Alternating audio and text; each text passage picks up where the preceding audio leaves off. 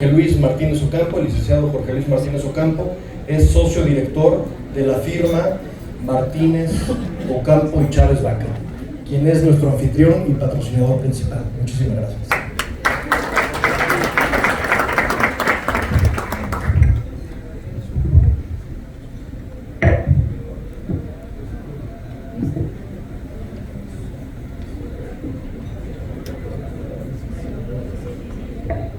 Muy buenos días, muchas gracias a todos quienes el día de hoy se encuentran aquí con nosotros y voy a resumir un poco de lo que se ha hablado y acerca de lo que voy a hablar también, a manera de no aburrirlos esta mañana.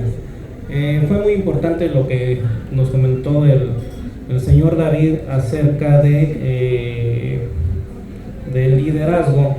El liderazgo realmente para lo que es el compliance en materia empresarial o en materia gubernamental es la piedra angular para la cual un compliance pueda tener el efecto que se requiere, porque si no existe un liderazgo comprometido por parte del tomador de decisiones dentro de un organismo público o dentro de un ente o de una empresa, pues evidentemente el compliance no va a surtir ningún efecto, independientemente de que surta o no un efecto, sino que si no existe ese liderazgo comprometido dentro del tomador de decisiones de la empresa o del ente gubernamental, pues evidentemente ese liderazgo, esa función que él tiene dentro de la empresa no va a trascender más allá de lo que se pretende lograr.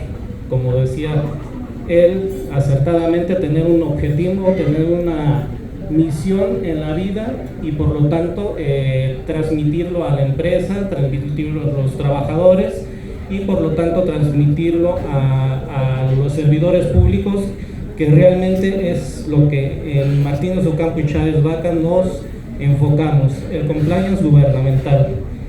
Y como sabemos, en la actualidad existe ciertas reformas que sin duda se van a llevar a cabo, por ejemplo lo que es la reforma judicial, que de alguna forma nos damos cuenta que va más allá de que lo que es la parte dogmática que por muchos años se ha llevado a cabo en nuestro país y en algunos países, que va más allá de lo que la propia dogmática va diciendo.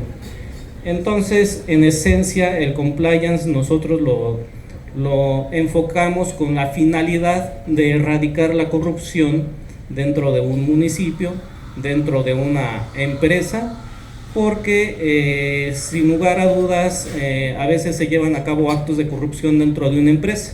Por ejemplo, puede ser una empresa que se dedica por ejemplo, vamos a poner como ejemplo a una empresa de telecomunicaciones. En teoría, la información que se maneja dentro de esa empresa de telecomunicaciones es transmisión de datos, que son de voz o de texto.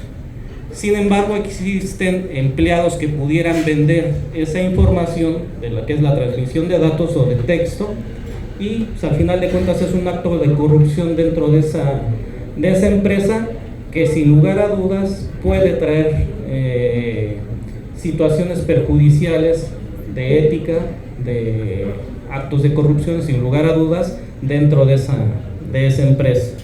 Y por lo tanto pues, sucede los actos de corrupción, como lo sabemos, dentro de una empresa o dentro de un ente gubernamental. Normalmente siempre decimos que el gobierno es quien realiza esos actos de corrupción, y yo muchas veces pongo como ejemplo, cuando va uno transitando en la calle y se pasa un alto, te detiene la policía, y ¿qué es lo primero que normalmente hacemos? Y creo que es la gran mayoría quienes lo llevamos a cabo. Le decimos al policía, pues dame chance, no lo vuelvo a hacer, etc, pero échame la mano y tú dime cuánto, ¿no?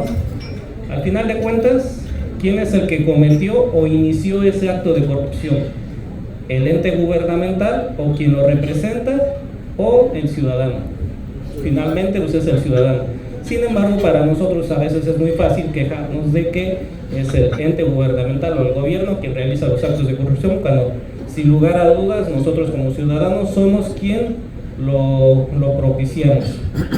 Y por lo tanto, corrupto es el comportamiento desviado de aquel que ocupa un papel en la estructura estatal, por ejemplo, en este caso, en los entes gubernamentales. Hay dos categorías muy diferentes de corrupción, la que es la administrativa y de la cual hablamos el día de hoy, que es lo que en esencia nos enfocamos nosotros en Martínez Ocampo y Chávez Vaca, que es el compliance en materia gubernamental.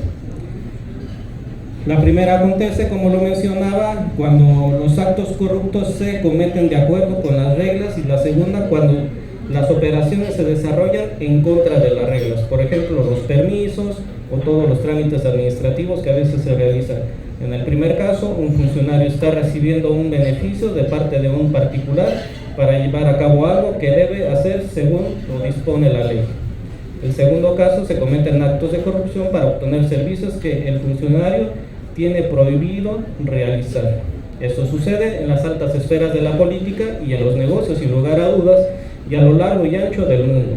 Los actos de corrupción se han visto afectados por escándalos muy importantes. Además, las recurrentes acusaciones mutuas de corrupción entre políticos no han cesado, y de aumentar, así como su conversión dudosa en líderes naturales de la lucha contra el fenómeno durante las jornadas electorales, situación que acaba de acontecer en nuestro país.